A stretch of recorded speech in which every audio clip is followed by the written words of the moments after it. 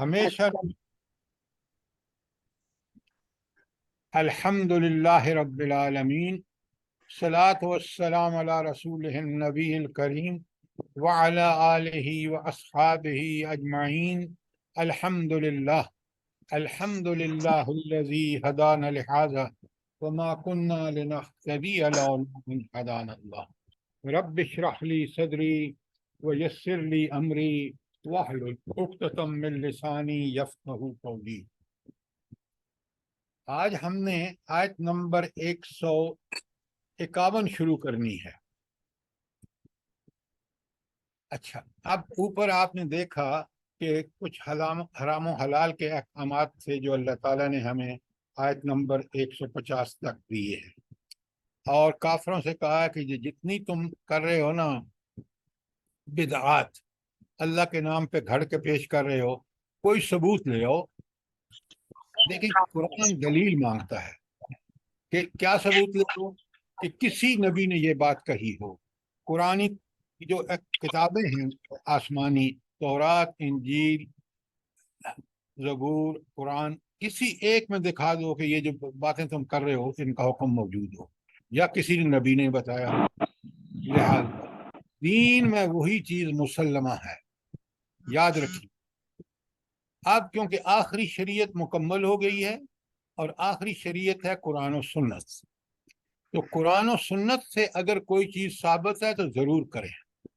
اگر قرآن و سنت سے ثابت نہیں ہے، جس کا آپ کو عملاً ثبوت نبی کریم صلی اللہ علیہ وآلہ وسلم کی زندگی سے ملے گا، صحابہ اور صحابیات کی زندگی سے ملے گا، تو لہٰذا آپ اس عمل کو کریں جو قرآن و سنت میں موجود ہے، نبی کریم صلی اللہ علیہ وآلہ وسلم نے کر کے دکھایا ہے، اور ہر اس عمل کو چھوڑ دیں جس کی بنیاد قرآن و سنت پر نہیں ہے۔ اس کے بعد اللہ تعالیٰ نے آج جو آیت ہم پڑھ رہے ہیں 151، پہلے میں آپ کے سامنے پڑھتا ہوں، پھر آپ کو 2 منٹ دیتا ہوں، پھر میں آپ سے سوال کروں گا، اور پھر انشاءاللہ ہم اس کو بسم اللہ الرحمن الرحیم۔ شاید 150 پڑھنی ہے سر۔ 150 پڑھنی ہے؟ ہاں جی، کل نہیں سر نہیں، علومہ 151 پڑھنی ہے سر۔ اچھا، میں جی بالکل، جزاک اللہ، میں ابھی اسی کو پڑھ رہا ہوں اور آپ کے سامنے کھول رہا ہوں۔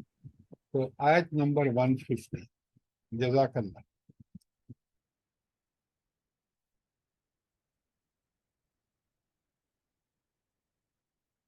آیت نمبر 150 جو ہے وہ بھی حلال و حرام ہی کے متعلق ہے، اور اللہ تعالیٰ فرماتے ہیں قل، اے اللہ کے رسول صلی اللہ علیہ وآلہ وسلم ان کو بتا دیجئے۔ اچھا، ایک چیز تک قرآن کے طالب علم کو نوٹ کرنی چاہیے بہت اچھی طرح۔ سارا قرآن کس کی زبان سے بیان ہو رہا ہے؟ کس کی زبان مبارک سے نبی بیان ہو پاک رہا صلی اللہ علیہ وسلم کی ہے؟ نبی کریم صلی اللہ علیہ وآلہ وسلم کی زبان سے۔ تو پھر یہ اللہ کل کیوں کہتے ہیں؟ ان بعض آیاتوں میں آپ دیکھ رہے ہیں کل کا لفظ آتا ہے۔ جب سارا قرآن انہی کی زبان سے بیان ہو رہا ہے تو پھر کل کا کیا مطلب ہے؟ یہ اللہ تعالیٰ مخاطب ہوتے ہیں حضور پاک سے۔ یہ ہیں وہ چیزیں جو نوٹ کرنے کی ہیں، اسی لیے عربی زبان، عربی کورس پڑھیں تاکہ آپ کو قرآنی زبان آ جائے۔ کل اس لیے آتا ہے کہ باتیں ساری آیات اب نبی کریم صلی اللہ علیہ وآلہ وسلم کے زبان سے ادا ہو رہی ہیں، وہی ہے، آپ کو حکم ہے ان کو ٹھیک ٹھیک پہنچانے کا، آپ اس حکم کی پوری طرح تعمیل کریں۔ لیکن کل جن آیات کے ساتھ آتا ہے ان کی اہمیت بڑھ جاتی ہے کہ اللہ ان کو اتنی اہم ہے کہ اللہ اپنے نبی سے کہہ رہے ہیں کہ ذرا آپ خود ان کو بتا دیجئے، اعلان کر دیجئے، کہہ دیجئے۔ تو کل جس آیت کے ساتھ آئے وہ بہت اس کے اندر بڑی گہرائی اور گہرائی ہے، اس کو سمجھیں، اس پہ غور کریں، اس کو اپنی زندگی کا حصہ بنائیں۔ بات سمجھ آ گئی؟ اس کے بعد آیا جی، اس کے بعد فرمایا کل حلم شہداءکم، لے آؤ اپنے گواہ، اے نبی صلی اللہ علیہ وسلم ان کو بتاؤ کہ لے حلم شہداءکم، لے آؤ اپنے وہ گناہ، ساری گواہ، الذین یشہدون ان اللہ حرم ھذا، جو اس بات کی گواہی دیں کہ اللہ تعالیٰ نے ان چیزوں کو حرام کیا ہے جو اوپر بیان ہوئی ہیں۔ تو اللہ نے کیا اپنے نبی کے ذریعے ان سے کہا کہ لے آؤ نا گواہ، جو جن چیزوں کو میں نے حرام قرار دیا ہے جو اوپر آیات میں بیان ہوئی ہیں، اور اس کے بارے میں اگر کوئی گواہی ہے تو لے آؤ۔ اللہ فرماتے ہیں فَإِن شَاهِدُوا، اگر وہ ایسی گواہی دیں جو غلط ہے تو پھر اللہ کیا کہتے ہیں فَلَا تَشْهَدْ مَعَهُمْ، آپ ان کے پاس ان کا کوئی اعتبار نہ کرنا، یعنی ان کے پاس نہ بیٹھنا۔ فَلَا تَشْهَدْ مَعَهُمْ وَلَا تَتَّبِعْ أَهْوَاءَ الَّذِينَ كَذَّبُوا بِآيَاتِنَا، اور جن لوگوں نے ہمارے احکامات کو جھٹلایا ہے ان کے خواہشات کی پیروی مت کرو۔ وہ لوگ جو حلال و حرام اپنی مرضی سے کر رہے تھے وہ کس کی پیروی کر رہے تھے؟ شیطان کی، اپنے نفس شیطان کی، کی سر، اپنے خواہشات کی سر۔ اپنی خواہشات کی کر رہے تھے۔ یہ کیوں ایسی باتیں کرتے ہیں آپ؟ قرآن کی آیت میں رہا کریں، دیکھیں نا بڑا کلیئر لکھا ہوا ہے وَلَا تَتَّبِعْ أَهْوَاءَهُمْ، ان کی خواہشات کی پیروی مت کرو۔ کون لوگ؟ الذین کذبوا بآیاتنا، جنہوں نے ہمارے حکم کو جھٹلایا، جنہوں نے اپنی شریعت گھڑ لی حلال و حرام کی۔ آگے ایک بڑی اہم بات کہی ہے، بہت اہم بات، بلا وہ کیا ہے؟ وہ ہے، بڑے غور سے سنیے، والذین لا یؤمنون بالآخرہ، وہ لوگ جو آخرت پر ایمان نہیں لاتے، وَهُمْ بِرَبِّهِمْ يَعْدِلُونَ، جو آخرت کا یقین نہیں رکھتے وہ اوروں کو اپنے رب کے برابر ٹھہراتے ہیں۔ بنا اس کا کیا مطلب ہے کہ جو بڑی بات اللہ تعالیٰ نے ارشاد فرمائی ہے کہ وہ لوگ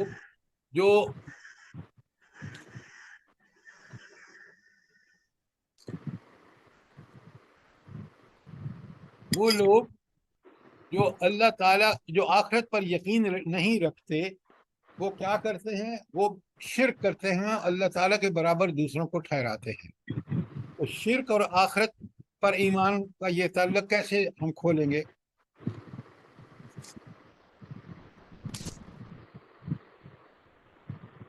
قرآن اور سنت پہ چل کے۔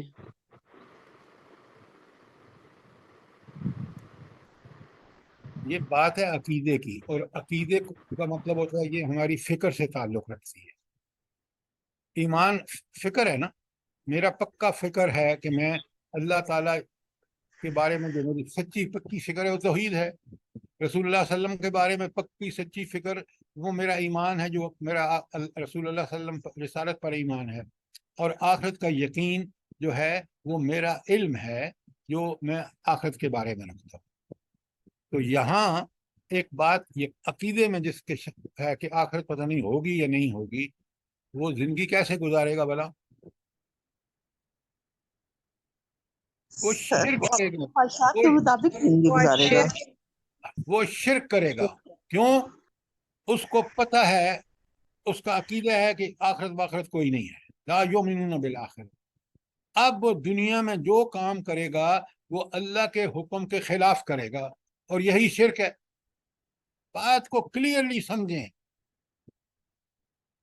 آخرت کا یقین نہ ہونا بڑی برائیوں کی جڑ ہے، سب سے بڑا گناہ شرک ہے۔ اور یہ شخص جو آخرت پر یقین نہیں رکھتا، اللہ کے یوم حساب پر یقین نہیں رکھتا، اللہ تعالیٰ کے سزا اور جزا کے دن پر یقین نہیں رکھتا، یہ ضرور دنیا میں زندگی ایسی گزارے گا کہ وہ اس ساری شرکیہ کام بھی کرے گا، برے کام بھی کرے گا، کیونکہ اس کو پتہ ہے کہ یہ بابر بعیش کوش کے عالم دوبارہ نیست، مزے کر لو پھر آنا تو ہے نہیں اس دنیا میں، نہ کوئی آگے حساب کتاب ہے۔ تو اس کا طرز زندگی جو ہوگا وہ اللہ کے احکامات کے خلاف ہوگا، وہ شرک ہوگا۔ بات کلیئر ہے یا نہیں؟ سوال کیجیے، اگر جو ڈیفیکلٹی ہو، جو بات آپ کو سمجھ آئے فوراً اس کا اسی سوال کیا کریں تاکہ ہم بڑے کلیئر ہو کے آگے چلیں۔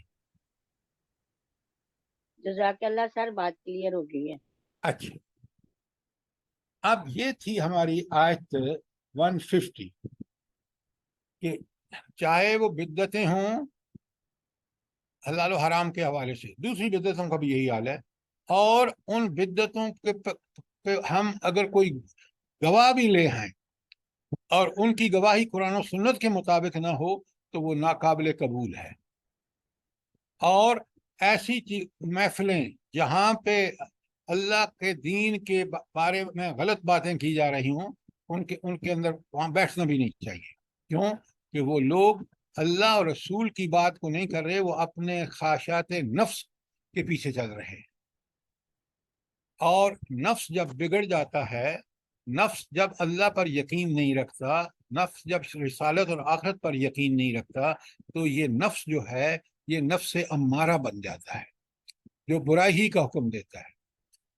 تو اس نفس کو کہ گھوڑے کو قابو کرنے کے لیے اصلی حالت تو اس کی جب اگر نہ برائی، جو اللہ نے اس نفس کو جو بنایا ہے نا، جو اس کی اصلی حالت ہے، جو اس کی ڈیفالٹ ویلیو ہے، وہ ہے نفس لوامہ۔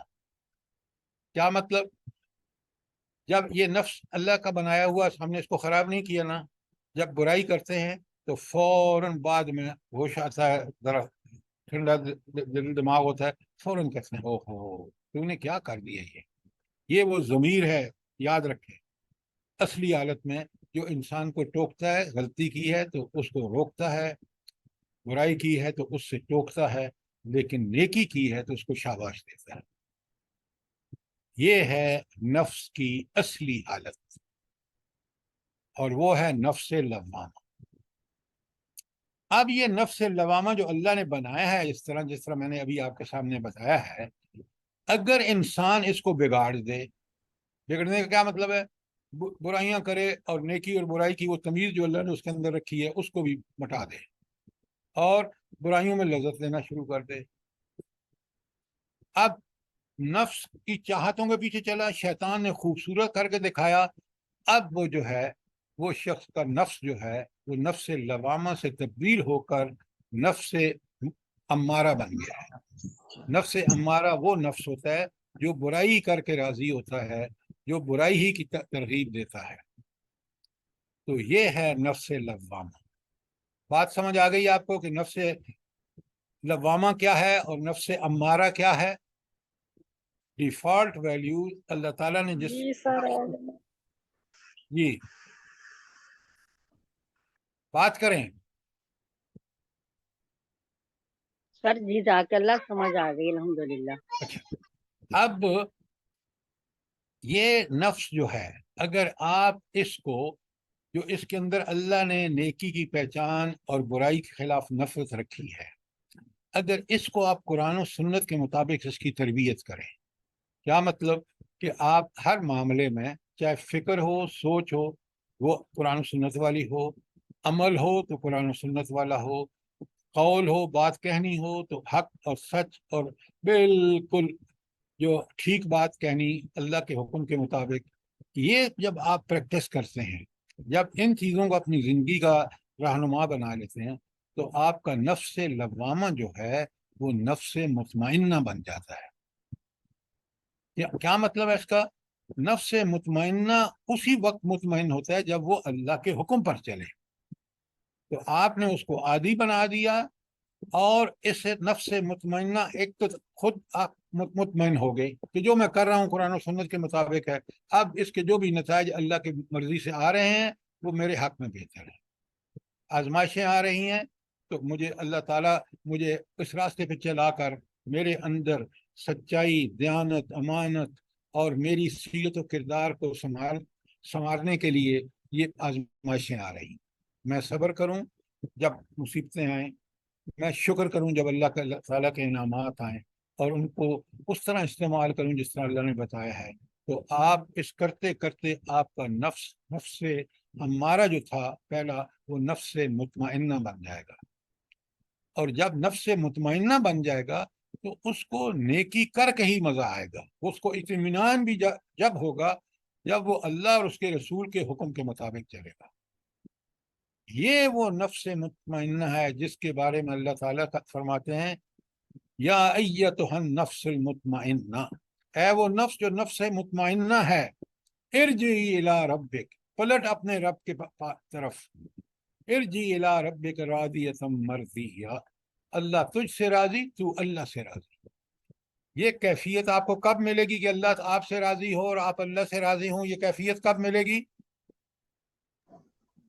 نفس ہمارا مطمئنہ بن کے، نفس مطمئنہ بن جب آپ اپنے اللہ- نفس، سنے غور سے، جب آپ اپنے نفس لوامہ کو اس کی تربیت کر کے، یہ ایک دن میں نہیں ہوگا، ہفتے میں نہیں ہوگا، یہ اوور اے پیریڈ ہوگا، جب آپ اپنے نفس لوامہ کو، نفس مطمئنہ اس کی تربیت کر لیں گے، اللہ تعالیٰ کے ہاں آپ کو یہ مقام حاصل ہو جائے، وہ آپ سے راضی۔ یہی انسان کی سب سے بڑی تمنا ہے کہ میرا رب مجھ سے راضی ہو جائے، اور میرا رب مجھ سے راضی اس وقت ہوگا جب میں اس کا بندہ بنوں گا، اس کے احکامات، قرآن و سنت کے احکامات پہ چلوں گا، اور چل کے میں نے تربیت کر لی، اب میرا نفس جو ہے، اللہ تعالیٰ میرے نفس کو، اس نے نفس لوامہ سے نفس مطمئنہ بنا دیا۔ یہ ہے بندے کا کام کہ وہ قرآن و سنت کو فالو کر کے اور اپنے نفس کی تربیت کرے تاکہ وہ نفس لوامہ سے نفس مطمئنہ بن جائے۔ جو لوگ یہ حاصل کر لیتے ہیں، انبیاء کا نفس مطمئنہ ہوتا ہے، یاد رکھیے۔ اور اسی طرح انسانوں میں جو شخص اپنے نفس کی تربیت کر کے اس کو نفس مطمئنہ بنا لے تو اس نے اللہ کی رضا حاصل کر لی، دنیا میں بھی اس کو اللہ کی رحمتوں کا سایہ رہے گا اور آخرت میں جنت ہوگی۔ یہ ہے نفس کی ساری صورتحال۔ اچھا، اب ایک چیز اور، یہ نفس مطمئنہ کو، نفس لوامہ کو نفس مطمئنہ بنانے کا طریقہ پھر کیا ہے؟ انسان کو کیا کرنا چاہیے؟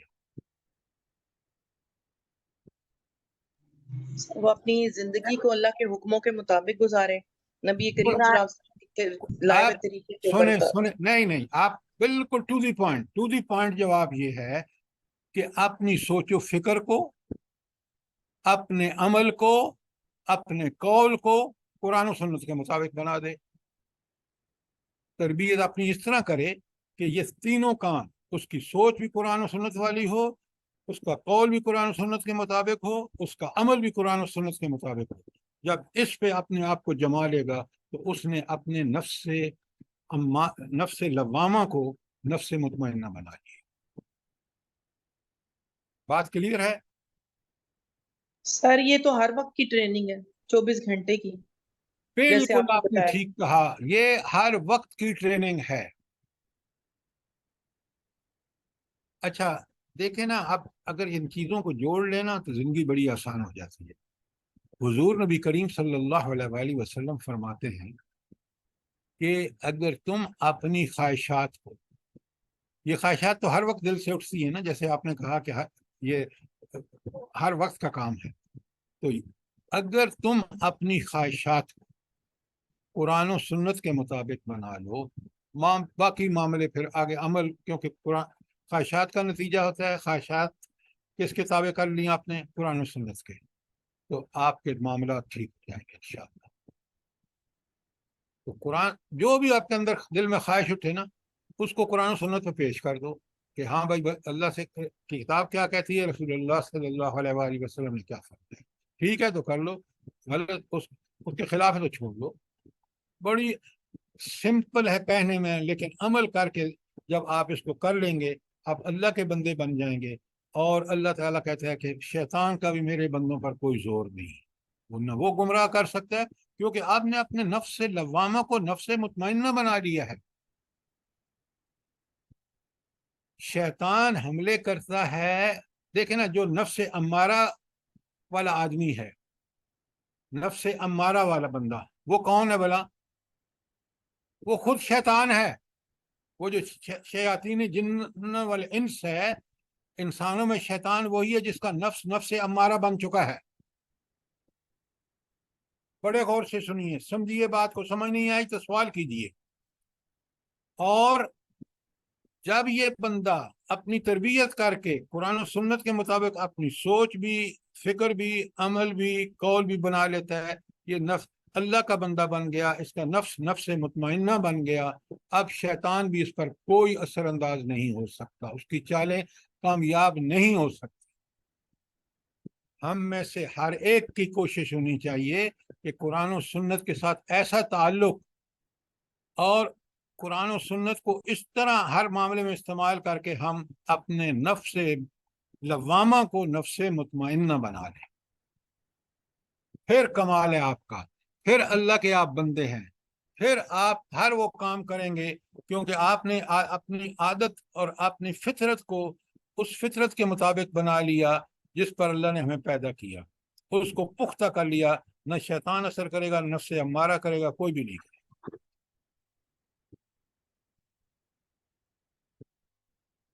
آپ انبیاء کو دیکھیں ذرا، حضور نبی کریم صلی اللہ علیہ وآلہ وسلم بعثت سے پہلے بھی، نبوت سے پہلے بھی اللہ کی پروٹیکشن میں ہیں، لیکن جب نبوت مل گئی ہے پھر آپ نے دیکھیں کہ آپ نے نفس کو کیسے نفس مطمئنہ بنایا ہے۔ ہمارے سامنے مثال ہے، یہ قرآن نے ایسے تو نہیں کہا دیا کہ لَقَدْ كَانَ لَكُمْ فِي رَسُولِ اللَّهِ أُسْوَةٌ حَسَنَةٌ، کہ تمہارے لیے بہترین نمونہ، رول ماڈل، کہ جس کو سامنے رکھ کے اپنی زندگیوں کی تعمیر کرو، وہ نبی کریم صلی اللہ علیہ وآلہ وسلم۔ آج بچوں کو تو چھوڑیں، والدین کو نہیں پتا، آپ کے اسکولوں میں نہ نبی کریم صلی اللہ علیہ وآلہ وسلم، نہ صحابہ اور صحابیات کا ذکر تک نہیں، انہوں نے کتابیں اپنی دے دی ہیں آپ کو،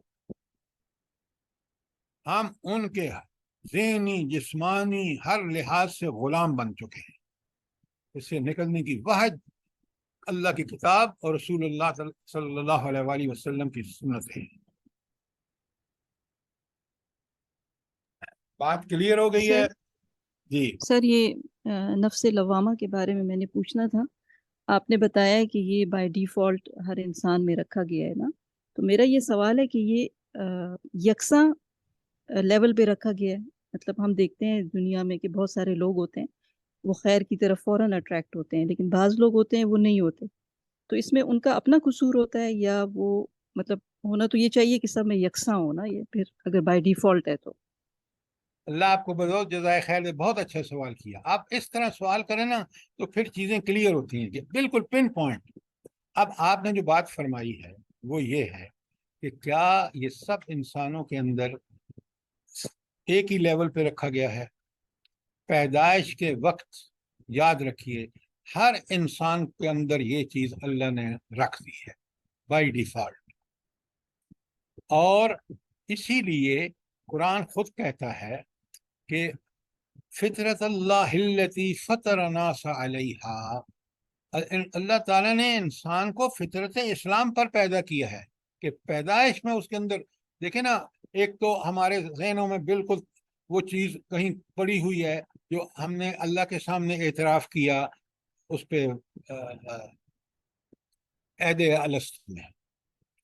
پھر نمبر 2 فَلْهَمَهَا فُجُورَهَا وَتَقْوَاهَا، کہ اس کے اندر نیکی اور برائی کی پہچان، نیکی سے محبت اور برائی سے نفرت، یہ بھی ہر آدمی کے اندر میں، تو پیدا وقت کر کے اللہ تعالیٰ نے یہ چیز ہر آدمی میں ڈال دی۔ اب اگر آپ کسی مسلمان گھرانے میں پیدا ہوئے ہیں، آپ کے والدین اس پہ عمل کر رہے ہیں، تو یہی چیز خود بخود بڑھتی چلی جاتی ہے۔ کیوں؟ آپ اس ماحول میں پیدا ہوئے ہیں جہاں فطرت کے اندر تو تھا ہی، ماحول نے اس کو اور 4 چاند لگا دیا، تو یہ پھر آپ کا یہ جو تھا فجور اور تقوی اور یہ جو آپ کی فطرت تھی وہ بالکل اسی کے مطابق گرو کر رہی ہے، اور اس کو آسانیاں ہیں کیونکہ یہ اللہ نے اس کے اندر باطنی طور پر رکھ دیا ہے۔ یہ تو ہو گیا اس کے پڑھنے کا طریقہ۔ اب اس میں کمی کب آتی ہے؟ جب آپ نعوذ باللہ ایک ہندو یا کرسچن گھرانے میں پیدا ہوتے ہیں، وہاں اللہ کی توحید پہلے دن سے ہی نہیں ہے۔ اللہ نے تو آپ کے اندر رکھی تھی، پہچان بھی تھی، لیکن اس تربیت نے آہستہ آہستہ آپ کو اس فطرت کو تبدیل کر دیا. اب ان چیزوں کی کمی ہوتی ہوتی چلی گئی. اس کی مثال آپ آج کے ماحول میں بھی دیکھ سکتے ہیں. دینی گھرانوں کے بچے عموماً جن میں دین پریکٹس ہو رہا ہوتا شعور کے ساتھ، آپ یقین مانیں، آپ اس کی گواہی دیں گے کہ وہ لوگ اس ایمان کی حالت میں بڑے اعلیٰ درجے پر ہوتے ہیں. اور جو حدیث ہے نا، وہ آپ اس کو ساتھ رکھیں گے تو سمجھ آ جائے گی کہ ہر بچہ فطرت اسلام پہ پیدا ہوتا ہے، لیکن اس کے والدین اس کو یہودی، عیسائی اور مجوسی بناتے ہیں. کیا مطلب ہے؟ کہ اس کی وہ فطرت کو تبدیلی میں اثر انداز جو عوامل ہیں وہ کون سے ہیں؟ وہ اس کے والدین ہیں، اس کا گھر ہے، اس کا ماحول ہے، اس کا اسکول ہے، اس کی جو بود و باش ہے. اب بات سمجھ آ گئی آپ کو؟ سر ایک جی سر، سوال، جزاک اللہ سر. سر ایک سوال ہے، کر سکتی ہوں؟ ضرور کریں. جی سر. سر میں نے، جیسے آپ کو ہم نے دیکھا ہے، کافی سال ہو گئے ہیں آپ سے وہ تعلیم حاصل کرتے ہوئے بھی. سر آپ کا جو ماحول تھا گھر کا، تو ماشاءاللہ آپ شروع سے ہی مطلب کہ نیکیوں کی طرف اور اس طرح، تو آپ کے گھر کا ماحول آپ کو بہت یعنی اسلامک ملا تھا، جس کی وجہ سے آپ کے دل میں لیکن یہ چیز میں آپ کو جنرلائز بتاتا ہوں اور وہ آپ سمجھیں. والدین بڑے ٹریڈیشنل مسلمان تھے، بڑے سخت تھے اس معاملے میں. شعور کی طور تک حق نہیں، لیکن عادتاً اور ان کو سمجھ آ چکی تھی. اس ماحول کے بعد جب انسان معاشرے میں نکلتا ہے نا اس نالج کے ساتھ، پھر وہ کمپیئر کرتا ہے. برائیوں برے لوگوں سے واسطہ پڑتا ہے، اچھوں سے بھی واسطہ پڑتا ہے، برے ماحول سے بھی واسطہ پڑتا ہے. میں نے اسکول میں، کالج میں، یونیورسٹی میں، امریکہ میں اللہ نے قرآن کا طالب علم بنایا، اور میں چیزوں کو ان کو بھی دیکھتا تھا، اور قرآن کے اللہ تعالیٰ نے حقیقت جو آیات کے اندر اس کی سمجھ تھی، تو میرا ایمان پختہ سے پختہ تر ہوتا گیا. اور اللہ کے دین کا حقانیت مجھے امریکہ میں سب سے زیادہ نظر آئی. کیوں؟ میں نے باطل نظریات کے سامنے جب رکھ کے دیکھا تو مجھے پتہ چلا کہ انسانوں کے لیے تو یہی دین جو ہے وہ ان کو ہمکنار کر سکتا ہے انسان بننے میں، انسان کی رہنمائی کرنے میں. آپ بھی اور ہر آدمی جب بھی قرآن پڑھے، سمجھ کے پڑھے گا، اور آج کے ماحول کو بھی دیکھے گا کہ جو غیر اسلام پہ اس نے کس پستی اور کس ذلت میں ہمیں ڈال دیا ہے. اپنے ملک کو دیکھ لیں. لیکن جب آپ اس قرآن کو دیکھیں گے کہ یہ قرآن پوری طرح نبی کریم صلی اللہ علیہ وسلم کا دور ہو، خلفائے راشدین کا دور ہو، اور جب بھی اس قرآن کو عمر بن عبدالعزیز کا دور ہو، جب قرآن نافذ ہے تو آپ دیکھ لیں برائیاں کس طرح ختم ہو رہی ہیں اور نیکیاں کس طرح فروغ پا رہی ہیں. لہذا آج بھی انسانوں کے لیے اگر کوئی برحق شریعت ہے تو وہ اللہ کی نازل کرتا ہے.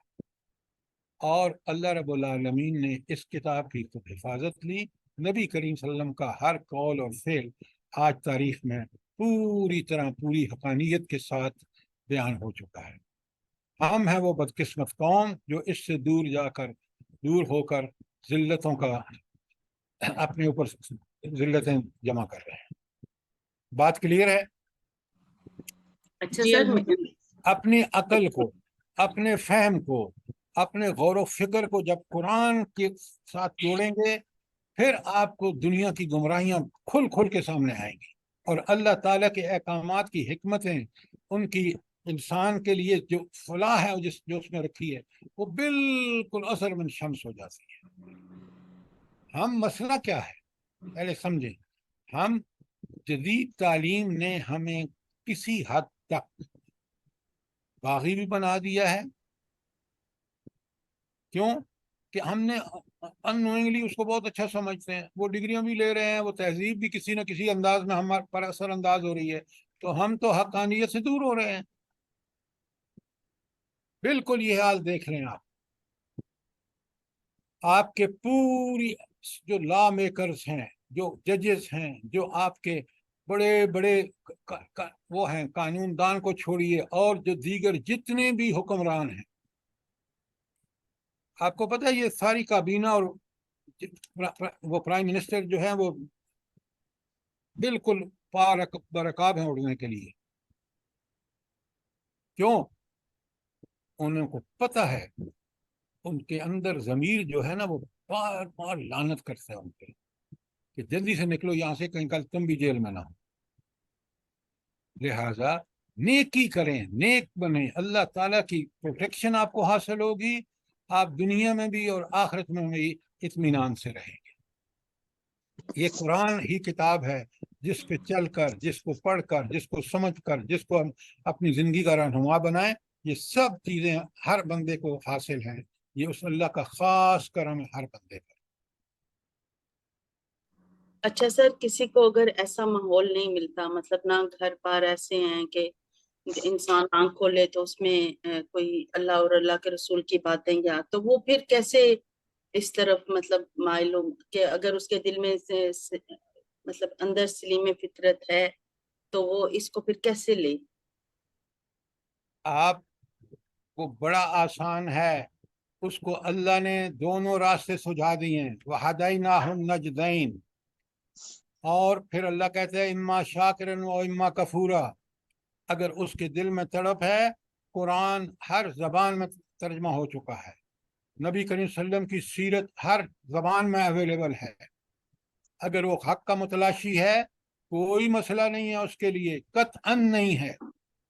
لیکن اگر وہ ذلتوں میں ڈوب چکا ہے اور اس کے اندر خیر کی طلب باقی نہیں ہے، کوشش نہیں، تو اللہ کہتا ہے میں بھی اس کو ہدایت نہیں دیتا. میں نے تو اس کو وَجَعَلَ لَكُمُ السَّمْعَ وَالْأَبْصَارَ وَالْأَفْئِدَةَ، میں نے تمہیں قوت سماعت، قوت بصارت اور قوت فہم و ادراک دی تھی. ان کو ذرا بھی استعمال کرتے نا، یہ کائنات میں پھیلی ہوئی نشانیاں، یہ قرآن کے دلائل، یہ نبی کریم صلی اللہ علیہ وسلم کی پاکیزہ زندگی، تو آپ فوراً ہدایت پر آ جاتے. وہ آج بھی اویلیبل ہے. جی یہ سر، یہ آپ کیسے کہتے ابراہیم ہیں؟ علیہ السلام کو جو ماحول ملا تھا، جی ابراہیم علیہ السلام کی مثال لے لیں. بالکل بالکل، کہ کس طرح اپنی فکر، پاکیزہ فکر کی وجہ سے وہ بتوں کو توڑنے والے بن گئے.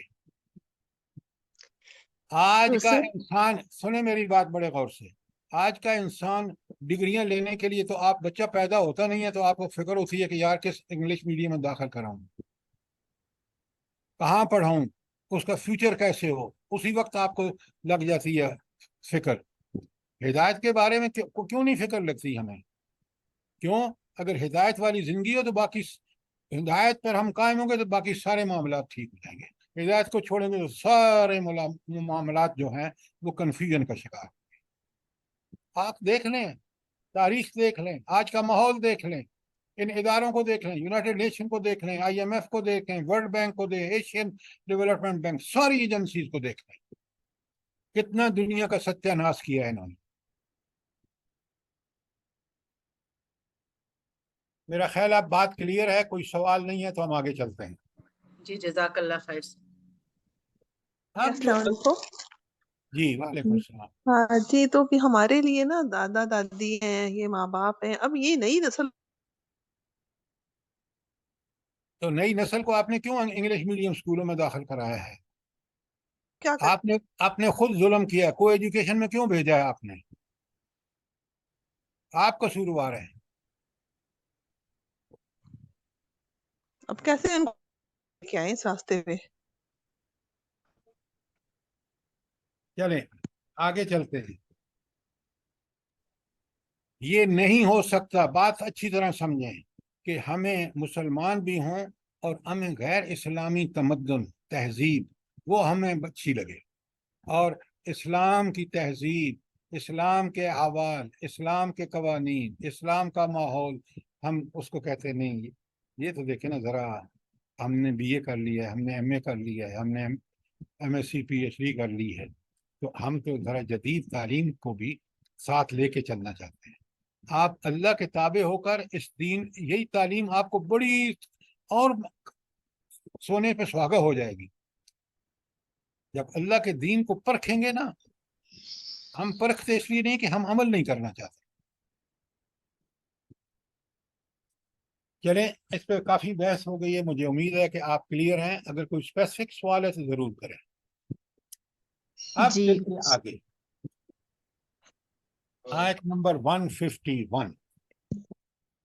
پہلے میں نے آپ کے سامنے ابھی آیت پڑھتا ہوں، ذرا غور سے دیکھیے. کل، پھر یہ بات کل سے شروع ہو رہی ہے، یعنی بات تو ساری قرآن نبی کریم صلی اللہ علیہ وسلم کی زبان سے ادا ہے، لیکن جب آیت میں کل آتا ہے تو اس کا مطلب ہے ذرا یہ بات غور کرو، یہ نوٹ کرو.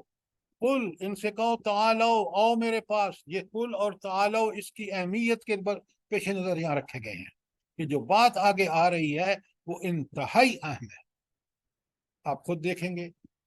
قل تعالوا اتل ما حرم ربکم علیکم، اور ذرا میں تمہیں پڑھ کر سناؤں کہ تمہارے رب نے کس چیز کو تمہارے لیے حرام قرار دیا. اب حرام چیزوں کا بیان اور پوری ترتیب کے ساتھ آ رہا ہے. کون بیان کر رہا ہے؟ اللہ تعالیٰ بذریعہ وحی محمد رسول اللہ صلی اللہ علیہ وسلم سے. اور وہ کل تعالو کا لفظ کہہ کے کہتے ہیں کہ اور نہ ذرا میں بتاؤں تمہیں. نمبر 1، لا تشرکوا بہ شیئا. پہلی حرام چیز کیا ہے؟ شرک. تو لا تشرک، اللہ تشرکوا بہ شیئا، اس پہ نمبر 1 لکھیں. پینسل سے بشک بریکٹ بنا دیں. اللہ تشرکوا بہ شیئا کے اوپر 1 لکھ کے بریکٹ لگا دیں. پہلی چیز جو ہے وہ شرک حرام ہے. نمبر 2، وبالوالدین احسانا، اور والدین کے ساتھ احسان کرو، احسان کا رویہ. نمبر 2، کھولوں گا پوری قرآن اور حدیث کے ساتھ اس کو. نمبر 3، ولا تقتلوا اولادکم من خشیۃ املاق، اور مفلسی کے ڈر سے اپنی اولاد کو قتل مت کرو. نمبر 3،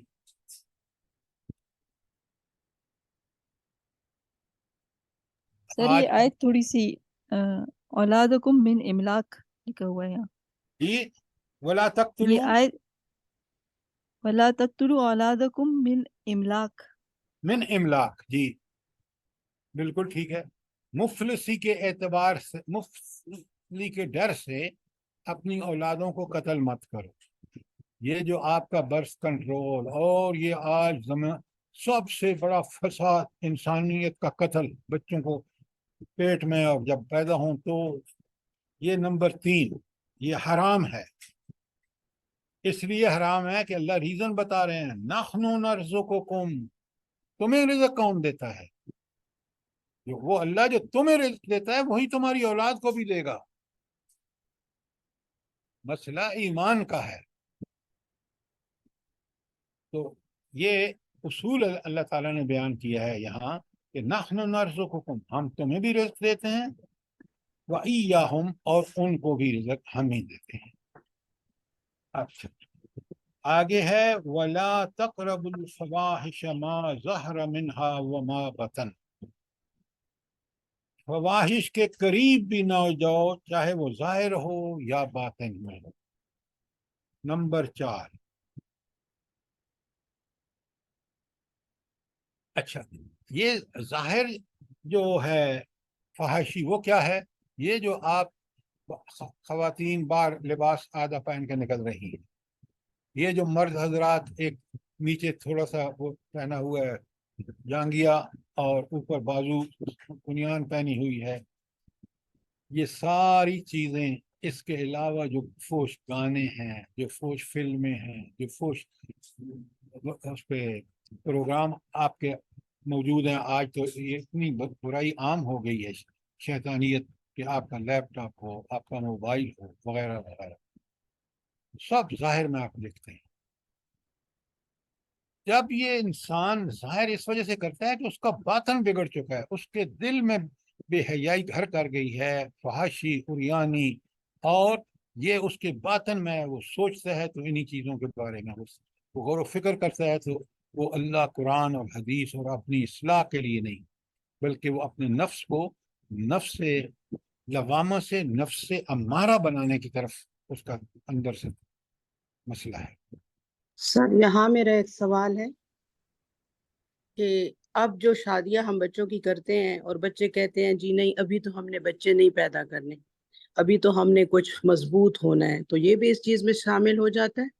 کیوں نہیں ہوتا؟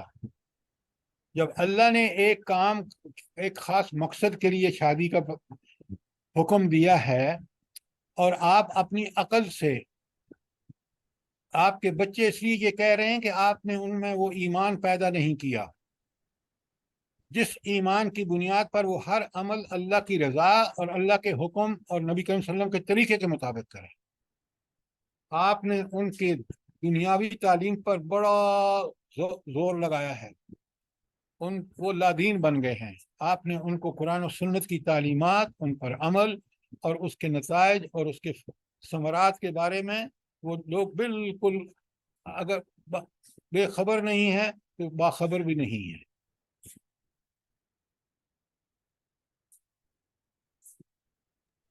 سر آج کل میں کچھ کہنا چاہوں گی، یہی بھی جو یہ انہوں نے سوال کیا تھا بالکل ٹھیک ہے. آج کل شادیاں دیکھیں کرتے ہیں لوگ اور پھر بولتے ہیں نہیں جی ہم لوگوں نے پڑھائی کمپلیٹ کرنی ہے، اپنے یہ کرنا ہے، اور بچے ابھی ہم لوگ نہیں پیدا کریں. اور اللہ کی شان دیکھیں، جو اس طرح کا ناحق بات کرتے ہیں اور اپنے نفس کے مطابق اور دنیا میں ہی لگے رہتے ہیں، اور پھر وہ دیکھیں سالوں سال انتظار کرتے رہتے ہیں کہ اللہ پاک ہم لوگوں کو اولاد دے، پھر پتہ نہیں کہاں کہاں کیا کیا حربے کرتے ہیں، لیکن اللہ پھر آزمائش میں ڈال دیتے ہیں نا ان لوگوں کو. میڈم آپ ٹھیک کہہ رہی ہیں. مجھے یہ بتائیں آج کتنی بچیاں اسی چکر میں شادی کے بغیر رہ جاتی ہیں؟ بالکل بالکل ادھر تعلیم پوری ہوتی ہے، ادھر وہ بوڑھی ہو جاتی ہیں، بوڑھی ہو جاتی ہیں. یہ اللہ کا نظام لاجواب نظام ہے. ہم آدھے تیتر اور آدھے بٹیر بننا چاہتے ہیں. اللہ تعالیٰ فرماتے ہیں سورہ بقرہ کی آیت 208 لکھیں، ادخلوا فی السلم کافہ، پورے کے پورے دین میں داخل ہو. تمہاری سوچ، تمہاری فکر، تمہارا عمل، تمہارا طریقہ کار سب قرآن و سنت کے مطابق ہونا چاہیے. آج آپ معاشرے کا مسئلہ نہیں دیکھتے کہ ہر دوسرے تیسرے گھر میں ایک بچی بیٹھی ہوئی ہے بیچاری جو اپنی تعلیم کے چکر میں بوڑھی ہو گئی ہے، اس کی شادی نہیں ہو رہی. وہ فطری زندگی کے جس میں اس کو ایک شخص جس کے ساتھ نکاح ہو، اور وہ نکاح بھی ایک معاہدہ، پکا معاہدہ کہ یہ دونوں ایک دوسرے کے، لڑکی اس کی عزت کی حفاظت کرے گی، لڑکا اس کے رزق کے بارے میں ذمہ داری اس کی ہے. قرآن نے جو اصول بتائے ہیں وہ بڑے لاجواب ہیں. ہم نے خود منہ موڑ کے آج یہ ساری تباہیاں اور بربادیاں ہم نے خود ان کو مول لیا ہے اپنے قول و فعل کے ساتھ. تو چوتھی بات تھی وَلَا تَقْرَبُوا الْفَوَاحِشَ، فحاشی کے قریب بھی مت جاؤ، ما ظہر منہا، جو اس فحاشی ظاہر میں ہے، وما بطن، اور جو پوشیدہ ہے، جو تمہارے دلوں میں ہے. یہ تھی نمبر 4 اور نمبر 5. سر پوشیدہ کی ذرا وضاحت کر دیں. ظاہر کا تو پتہ چل گیا کہ ننگا جسم اور ننگی لباس، تو پوشیدہ کا یہ ہے کہ اندر منافقت جو ہوتی ہے آپ کے دل کے اندر منافقت، حسد، بغض، اور آپ کے دل کے اندر چھپی ہوئی جو آپ کو اچھا لگتا ہے فحاشی یا عریانی، یہ اندر کی بات ہے نا، دل کی، یہ ہے بطن. یعنی سر تمام رذائل، تمام رذائل، بالکل آپ نے ٹھیک کہا. رذائل کے لفظ میں پھر وہ ساری بدیانتی، فحاشی، عریانی، بزدلی وغیرہ وغیرہ، نفاق، حسد، بغض، سب چیزیں. وَلَا تَقْتُلُوا نَفْسَ الَّتِي حَرَمَ اللَّهُ إِلَّا بِالْحَقِّ، اور کسی جان کو نہ حق قتل مت کرو جس کو اللہ نے محترم ٹھہرایا ہے، جس کو اللہ نے حرام قرار دیا ہے. یہ میں آپ کو باقاعدہ لکھواؤں گا کہ کن چیزوں میں قتل حق ہے، اور اگر وہ قتل حق کے علاوہ کوئی قتل ہوگا تو وہ قتل ناحق ہوگا. اس کی تفصیل انشاءاللہ آئے گی.